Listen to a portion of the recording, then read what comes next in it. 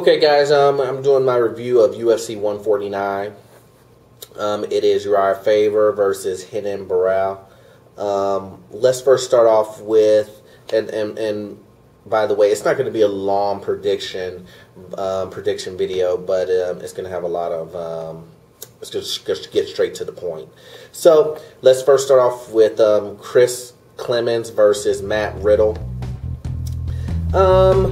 You know, both of these guys, especially Riddle, I think his last fight he was really struggling against a smaller guy in I think I forgot the name. It was Martinez, I believe, in the first and second round, probably in his last fight.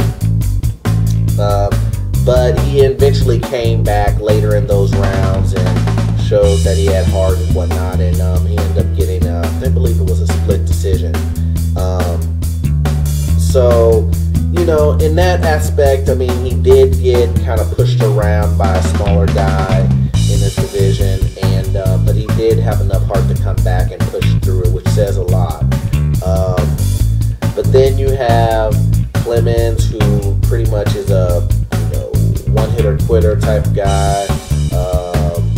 You know, he has really heavy hands, and I don't know, this is kind of a toss-up because these guys are just so in their infant stages. But if I had to give it to one guy, I would go ahead and say that I would give it to Matt Riddle. I would say Matt Riddle's going to go in there and grind out another decision. I would say, yeah, he's going to grind out another decision. So let's move to the next one. We have Brian Herbalisol versus James Head. Everybody knows Brian Herbalisol with the arrow pointing down or arrow pointing up or whatever he has. I forgot what it is. I know it's the arrow on his chest, with his chest hair. He does all types of crazy stuff. He's a really unorthodox fighter. He is just, you know, all over the place, cartwheel kicks and things of that nature. His submission game is really awesome if you've caught some of his earlier matches. But believe it or not, with Lombard being on this card, that was actually Herbalisol's last loss, and ever since then he's just been going crazy.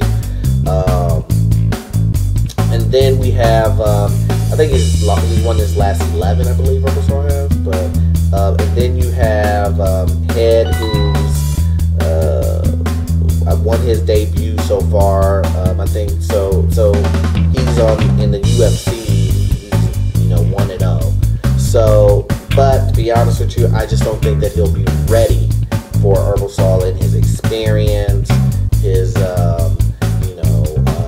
his tactics, him using his experience and his tactics and technical tactics, I should say, to really get Head to do what he wants to do. And I think he'll get him on the ground and submit him from there, probably in the second round. Okay, so then we have Congo versus Jordan. Sean Jordan. Well, this fight, you know, we all know that Congo, his last outing, he got knocked. You know, I think he ended up getting knocked out by Mark Hunt, and then you have Jordan, who basically he had a really a highlight reel knockout of Ole Thompson, and you know, what's probably gonna happen with Congo is that he's going downhill. I think he already reached his prime, and he's just going downhill from here. He's a guy who's going to be a gatekeeper, I believe, of that division, of the heavyweight division. I don't think he's going to be a guy who's going to be in that top 10. You know, he's going to be number 11 or something like that. But I just don't see him in this instance. I don't think he's gonna fare too well against a younger, newer guy who's very hungry to come in here and to show that this is where he belongs and move up the ladder. And I think Jordan's gonna go in you know, be a little bit more versatile with Congo and use other things other than his striking to really take advantage of the weaknesses that Congo has. And he's going to catch him probably in the third round knockout. Then we have one that I'm very interested in because I believe that both of these guys, Hector Lombard and Tim Bosch, you know, they would be in the running to go against Anderson Silva. I would preferably like to see Hector Lombard go against Anderson because I believe that he would pose a bigger and more threat to Anderson Silva.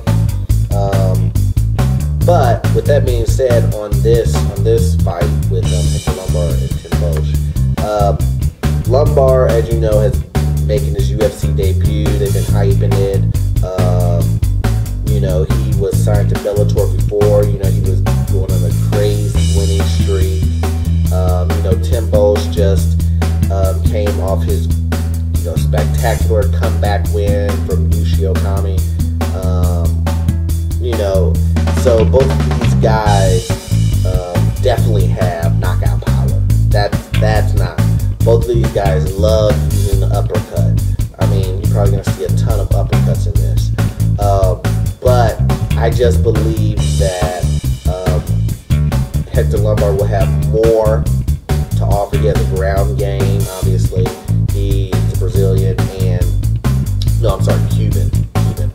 He has he does have a ground game though, and his power in his hands, and he has that crazy speed with the power, kind of reminding you of a bigger oh man, what's his name? Vitor Belfort. Just a bigger guy, just how fast he moves. But I just don't think that Tim Bosch will be able to actually come back like he did with Yushi Okami and actually get that comeback win after he was getting dominated. I just think that he's going to get overtaken and get caught. Now, with that being said, can Tim Bosch still come out with a win? Yes, he can. I think he's very good. He has a lot of heart. But I just, in this one, I just don't see him surpassing that and getting out of here without. It's going to be a knockout either way, guys. That's what I feel. So like somebody's going to get knocked out. And Lombard TKO by second round. So we have Uriah Faber versus Renan Barão. You know, Uriah Faber, it seems like every time I see Uriah Faber, he is either in a title contention match or he is in a title match.